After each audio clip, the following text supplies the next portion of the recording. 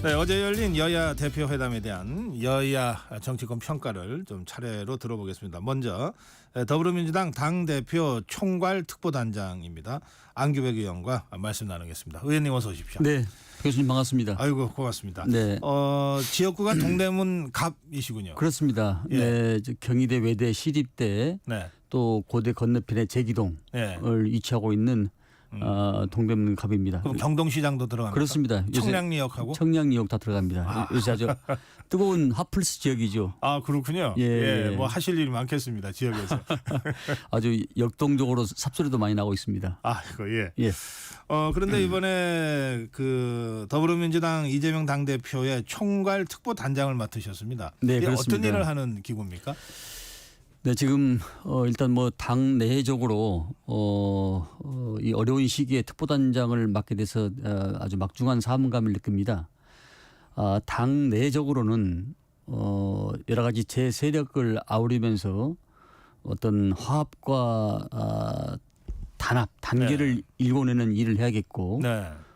대외적으로는 사회 각계각층의 여러 가지 여론을 수렴해서 과감 없이 당 대표에게 전달하는 그런 어떤 미션을 좀 가졌다 할까요? 네. 이렇게 평가하고 있습니다. 네. 이제 더 나가서는 국민의힘보다 더 잘할 수 있는 그런 유능한 정당으로서의 어떤 국민들한테 보여주는 이런 모습도 하나의 큰 미션이 아닐까 생각을 합니다. 네.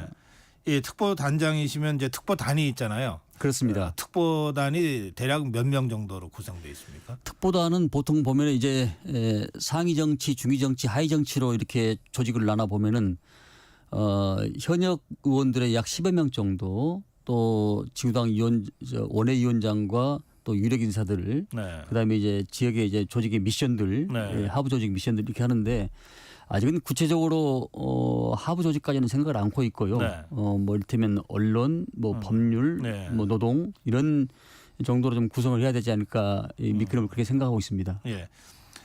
이 안규백 의원은 워낙 그 당에서 이른바 그 계보 정치로부터는 좀 자유롭게 좀 거리를 두고 정치해왔다 이런 평가를 받고 계신데 그렇습니다. 그게 이제 당의 통합, 대내외적인 역량의 결집에 좀 역할을 주어지게 된 그 이유가 아닌가 그런 생각이 드네요.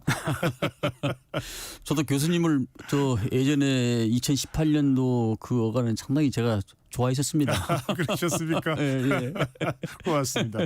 근데 뭐 이 특보단 말씀을 하시니까 예. 이게 이제 이재명 대표 대선 준비팀 같은 느낌도 드는데 그런 건 전혀 없습니까?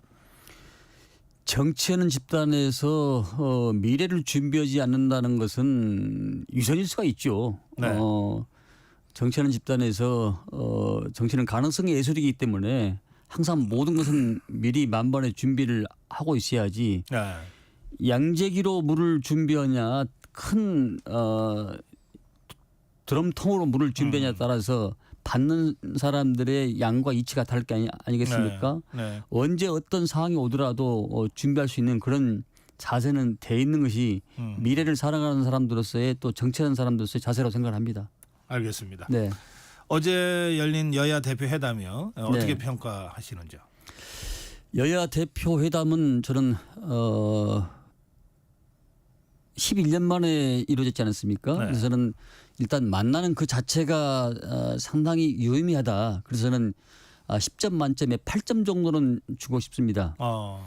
어떤 부분에 있어서는 합의를 했고 어떤 부분에서는 이견을 노출을 했고 어떤 부분에서는 계속 협의를 해 나가겠다. 네. 이렇게 세 가지 종류로 발표를 하셨던데요.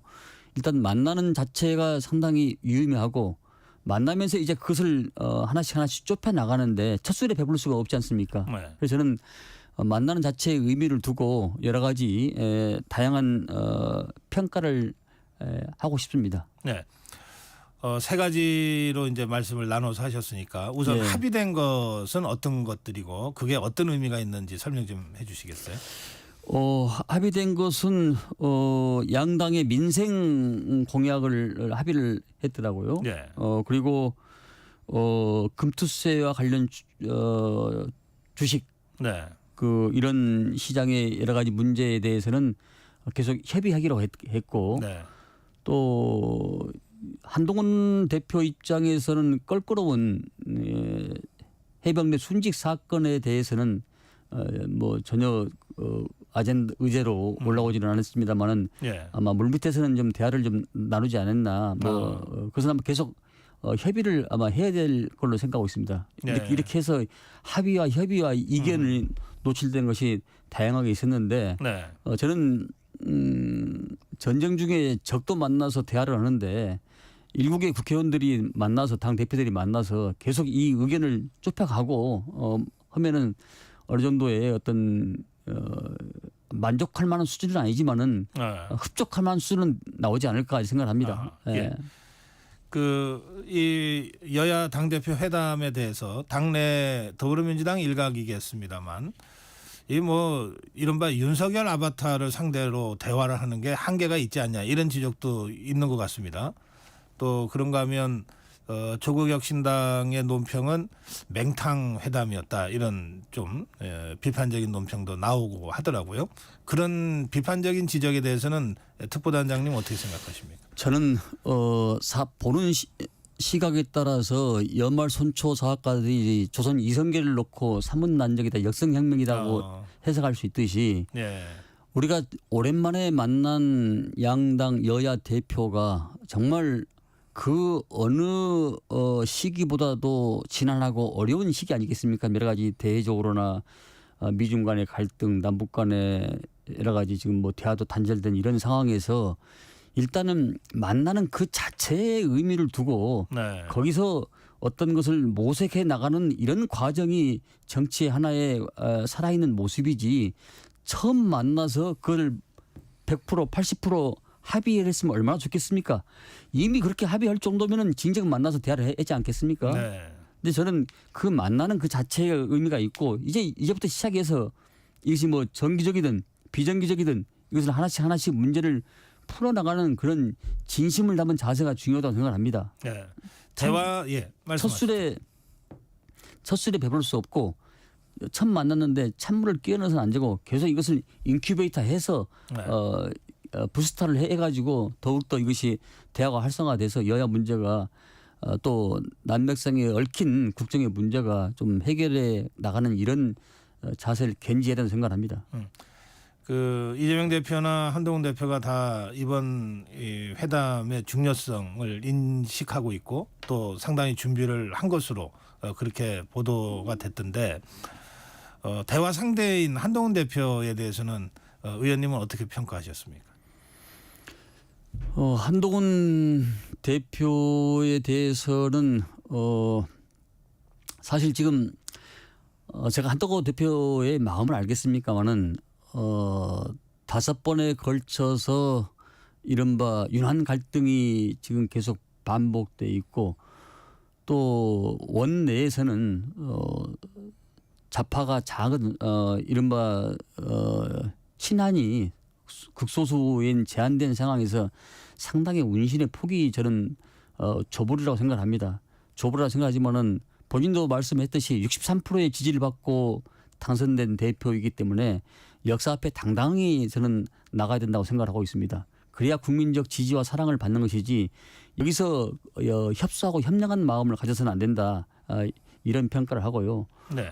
그 여러 가지의 평가는 아마 시간이 가면 갈수록 국민들한테 평가가 나올 것이고 본인이 전당대회에서 내뱉었던 해병대 순직 사건의 그 3자 추천안도 그 조작 증거까지 추가해서 제안하지 않았습니까? 네. 우리는 받겠다는 입장이고요. 네. 저는 그것을 반드시 지켜야 된다는 생각을 합니다. 이것은 이념의 문제가 아니고 꽃도 안 피고 먼저 사그라진 젊은 청년에 대한 부모의 심정으로 이 문제를 접근해 가야 한다고 생각하기 때문에 저는 제4자 특검도 있으면 받아야 된다고 생각합니다. 네. 우리 당 입장에서는. 네.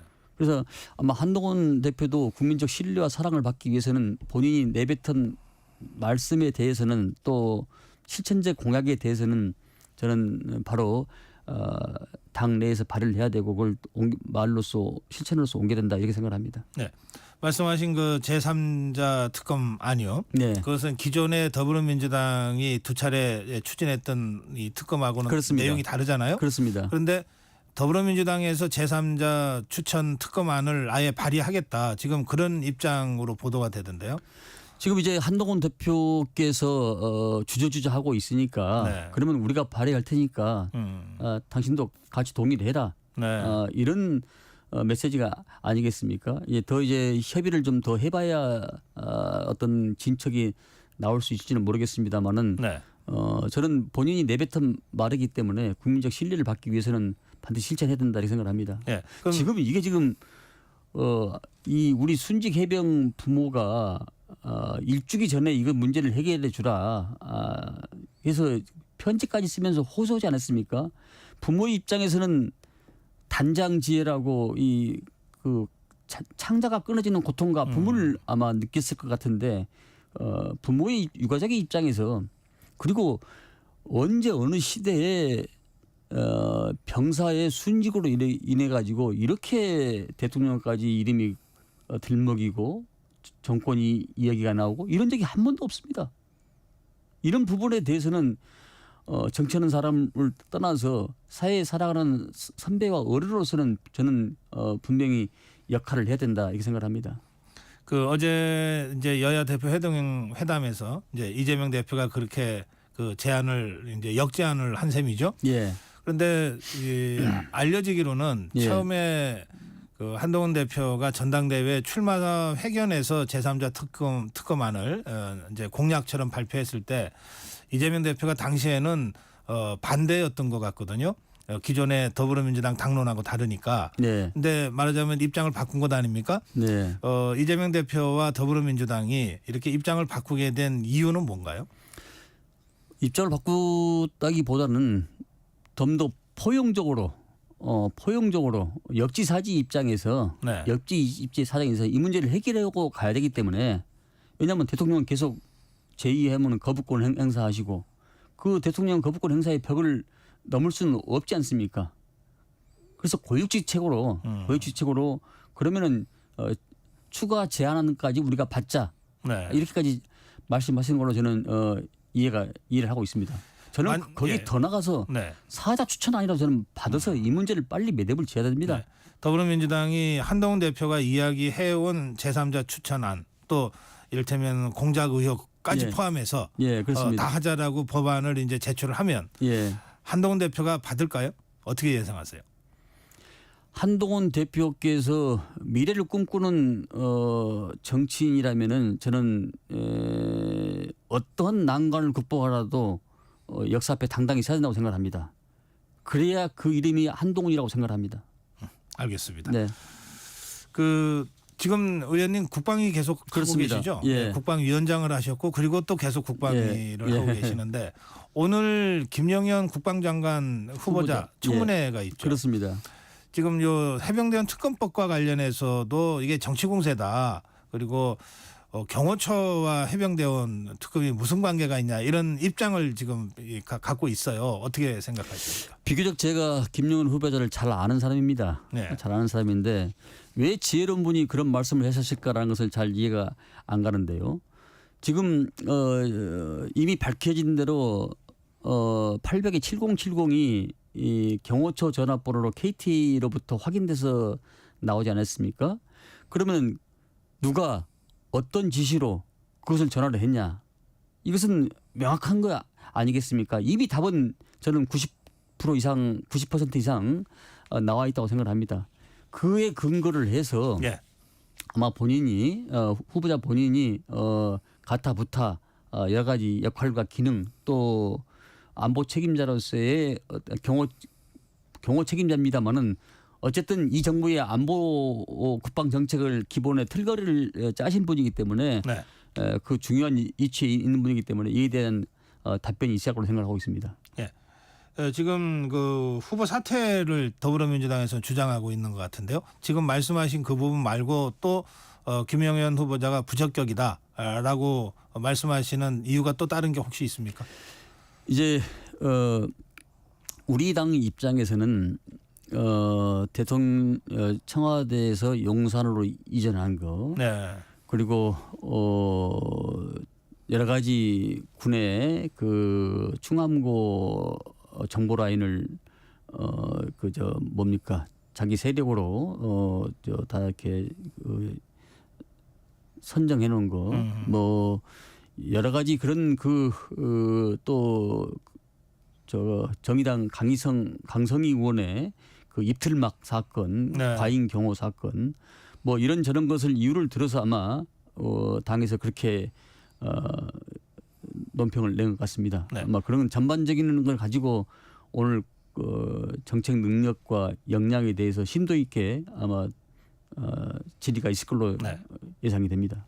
예, 지금 더불어민주당에서는 이제 대통령에게 지명 철회를 요구하고 있는데 그러나 오늘 청문을 하고 있는데 지명 철회는 이제 현실적으로는 가능성이 없잖아요. 예. 그러면 지금 고용노동부의 김문수 장관 경우에도 탄핵 추진 얘기가 더불어민주당 쪽에서 야권에서 나오는 것 같은데요.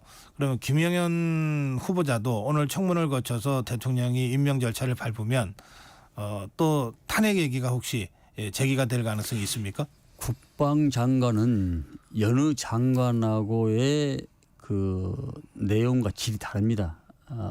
60만 우리 대군이 바라보고 있기 때문에 국방장관을 어지간해서는 탄핵을 시켜서는 안 된다는 것이 기본적인 제 생각입니다. 네. 김문수 장관 후보자와는 다르죠. 김문수 후보는 거의 뭐 친일적으로 언행을 하고 그 루라이트 해수 중에서도 아주 극우 성향의 발언을 많이 했기 때문에 우리 자신을 갖다가 부정하는 이런 이야기까지 말씀하셨기 때문에 그런 얘기가 나온 것 같고 아마 김영현 장관 후보자는 아직까지는 뭐 그런 얘기는 없지 않습니까? 아직 청문하지 않았기 때문에 제가 아는 이번 청문회는 김영현 후보자의 개인 신상에 대해서는 별반 문제가 없어 보이는 것으로 생각이 됩니다만은 네.